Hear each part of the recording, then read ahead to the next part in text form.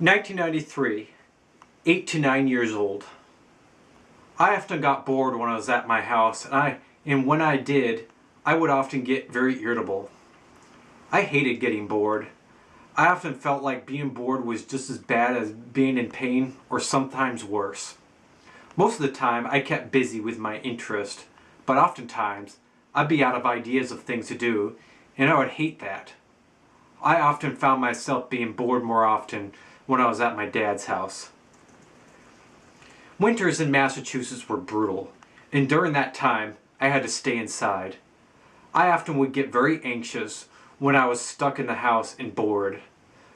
I would start to think about everything in a negative light. I would start to think about many things in a negative light, or just about everything in a negative light, and get depressed. I often thought about how I wished I would... I often thought about how I wished I looked pretty like a female. I had a crush on a few girls in my second grade class. One girl that I had a crush on that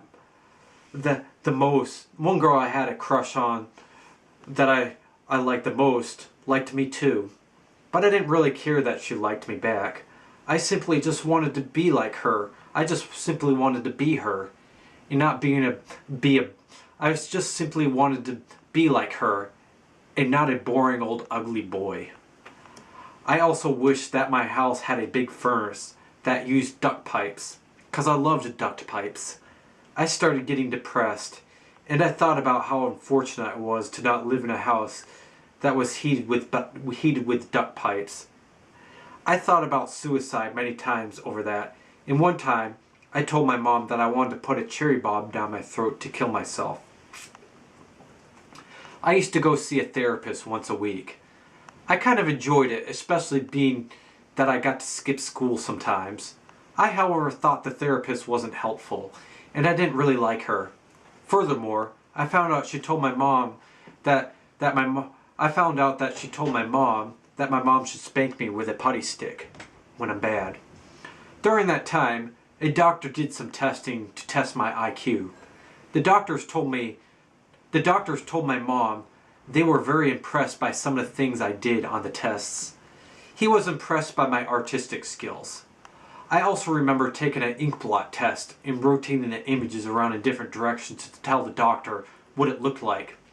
I remember his eyes beaming with amazement, probably because of how I thought outside my box. How I thought outside the box.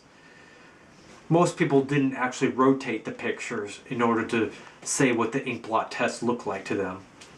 My mom read my test results, and she told me my visual portion of the testing scores scored to equivalent of an 8th grader, and I was in 2nd grade. I was kind of happy to hear that, but I also hated myself and didn't care, and I didn't want to hear the praise to a certain level. I found that some of my old interests that I used to have resurfaced again. I started getting obsessed with trains again. During spring break from school in 2nd grade, my dad took me to Boston Museum of Science. I really enjoyed the museum because I loved science. But what I enjoyed looking at the lightning. They had this special exhibit where they demonstrated artificial lightning with a giant electrostatic, I think it's called a Van Graff generator. Pardon me for mispronouncing it. I should know that. But the thing that I really enjoyed about the trip actually was riding the subway there and back. Riding the subway reminded me of how amazing trains were again. Shortly after that trip, I became interested in trains again. I used to ride my bike and pretend I was riding on a subway. Once I started really appreciating subways, that branched out and I started appreciating all types of trains again. I used to ask my mom to take me to a railroad track located about 50 miles from the house every weekend. She did it, and I had a lot of fun just simply looking and walking down the train track. I used to hope I would see a train go by They usually never did. When I walked the train track, my mom would sit in the car and wait and read books. The anticipation of hoping a train would come was always fun. I never saw a train, but the anticipation was fun. I always hoped that I would see a steam locomotive, because steam locomotives were always my favorite train. I thought steam locomotives were awesome. At that time, I didn't know steam locomotives weren't being used anymore, at least for freight service. I, however, did thought that at the time, and I'm glad I did think that, because the anticipation of hoping that I saw a steam locomotive made walking down train tracks even more amazing and exciting.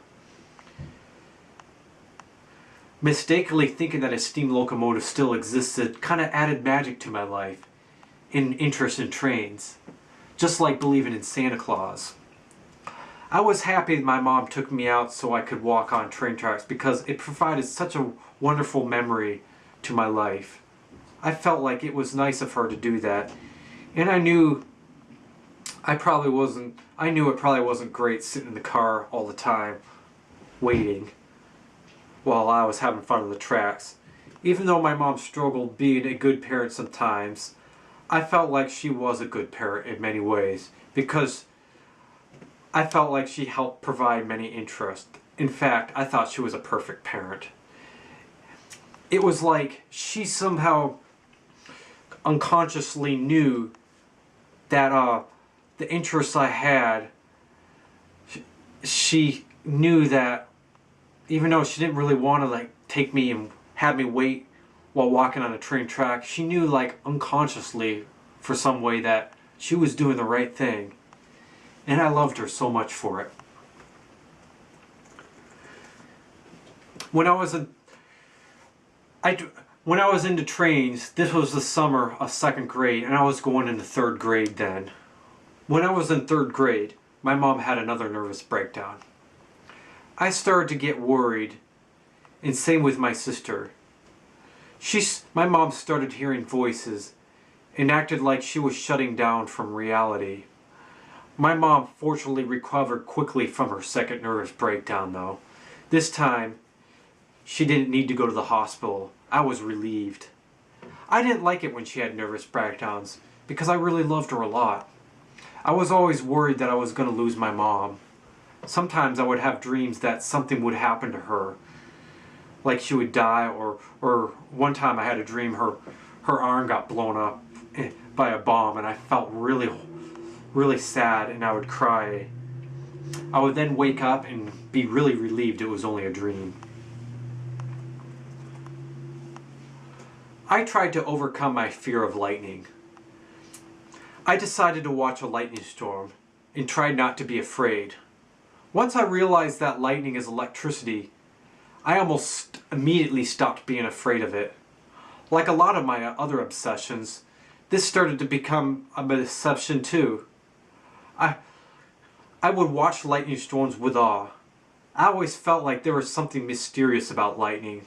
Scientists have never understood why it happens, and I always thought it looked unworldly. Whenever I watched a storm, I would always hope I would see a lightning bolt. I noticed that lightning often flashed in different colors: pinkish, purplish, or bluish. I drew many pictures of lightning, and people liked them. I was often very curious what a lightning bolt would look like up close. If you survived to tell about it, that is. Every day I would hope and pray for a lightning storm to come. During lightning storms, I would often sneak up onto the roof so I'd get a better view of the storm.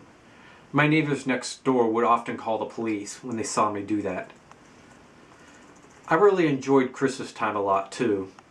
I thought it was a beautiful time of year. I enjoyed getting presents, but the thought of waiting to get them made the whole month of December exciting. It made Christmas itself exciting. I believed in Santa Claus for a really long time and didn't stop believing it until I was 14 years old. Even though I believed many people may have believed it was idiotic, I thought it was a blessing. Believing in Santa for that many years made Christmas feel very magical, and this brought memories to my life that seemed to entrench every moment. The magic of the unknown and the desire of wanting to learn about it, I believe, made my younger years very interesting.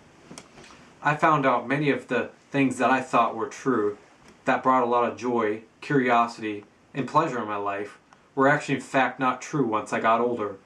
But the effect of these good feelings that I thought did exist, the effect of these good feelings, however, remained. The good feelings that remained as a result of the things I thought were true permanently impacted my life in a positive way.